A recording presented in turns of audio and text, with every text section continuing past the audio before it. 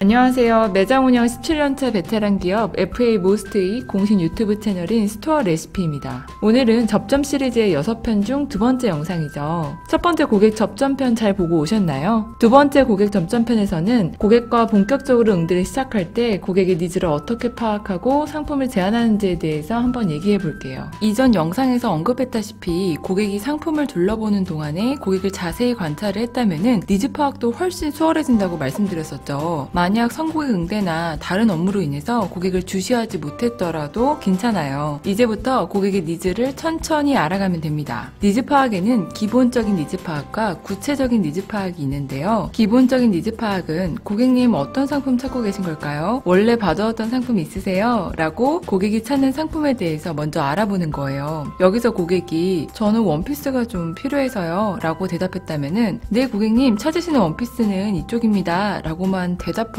끝나면 될까요? 아니죠. 고객의 질문에 대답만 하는 응대는 1% 부족한 응대입니다. 기본적인 니즈 파악은 고객과 대화의 물꼬를 트기 위한 시작점이라고 생각을 해주세요. 고객이 어떤 상품을 찾는지부터 확인하고 좀 더 자세하게 알아봐야 해요. 니즈를 파악할 때는 여기 보이시는 4가지를 체크포인트라고 생각하고 확인해 주시면 되는데요. 이번에는 선물을 사고 싶은 고객이라고 가정해서 제가 예시를 들어드릴게요. 가장 먼저 누가 사용하게 될지 고객님 상품은 누가 사용하시는 걸까요? 고객님이 사용하시는 건가요? 라고 확인을 해주세요. 대상자를 파악을 하면은 알맞은 상품을 제안을 할 수 있습니다. 만약 선물용이라면 선물 세트를 추천하거나 포장이 예쁜 점을 좀 부각시켜서 선물하기 좋은 상품이라고 얘기하는 것도 참 좋겠죠. 다음은 두 번째, 선물용이시구나. 혹시 가족 행사 있으신가요? 언제 어디서 어떻게 사용하실 건가요? 라고 상품의 용도에 대해서 여쭤보세요. 용도에 대해서 물어볼 때는 언제, 어디서, 어떻게 사용할지를 구체적으로 확인하세요. 세 번째, 고객이 예상하는 구매 비용을 확인하는 것도 중요하겠죠. 아무리 예뻐도 가격이 너무 비싼 편이면 구매하기가 쉽지가 않아요. 고객이 예상하는 범위 내에서 구매 욕구를 마구마구 불러일으키는 상품을 추천해주는 것이 베스트입니다. 네 번째, 이제 고객이 원하는 상품에 대해서 알아봐야겠죠.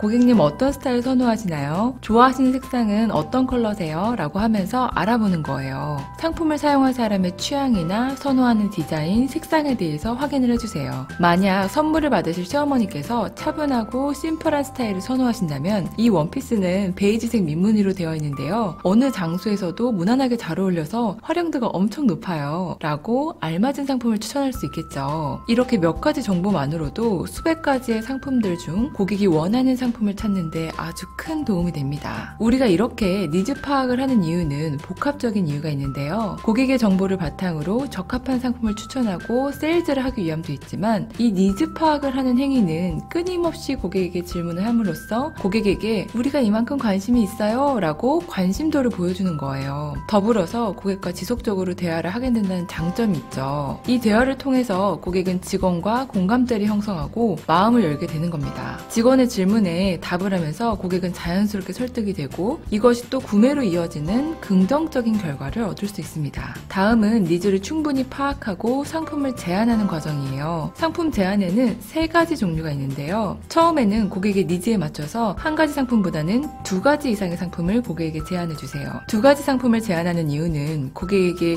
구매할지 말지에 대해서 선택권을 주기보다는 A 상품 또는 B 상품 중에 한 가지를 골라보세요 라고 선택권을 주는 것이 구매로 이어지는 단계를 줄일 수 있기 때문이에요. 직원이 제안한 상품을 고객이 마음에 들어하지 않는 경우도 있죠. 고객의 니즈에 맞춰서 추천을 했지만 그게 또 100% 적중을 하라는 법은 없으니까요. 그런 경우는 고객님 어떤 점이 좀 걱정되실까요? 어떤 부분에서 망설여지세요? 라고 여쭤본 뒤 부족한 점을 보완할 수 있는 상품으로 새롭게 제안드려보세요. 예를 들어 고객에게 미니백을 이미 추천한 경우에 저는 서류를 들고 다니는 경우가 많은데 이 가방은 예쁜데 너무 작아서 서류가 안 들어갈 것 같아요 라고 고객이 말한다면은 서류가 들어갈 수 있는 크기의 숄더백을 추천해드리면 고객은 훨씬 만족을 하겠죠. 고객에게 가방을 추천했다면은 가방에 어울리는 색상의 구두도 한번 같이 제안을 해보세요. 상품마다 관련성 있는 연계 상품이 꼭 존재를 하는데요. 예를 들어 이불을 구매한다면은 베개솜과 베개 커버, 치마를 구매한다면은 어울리는 여성스러운 블라우스 등등 연계 상품은 아주 다양합니다. 매출을 올릴 수 있는 연계 상품 추천을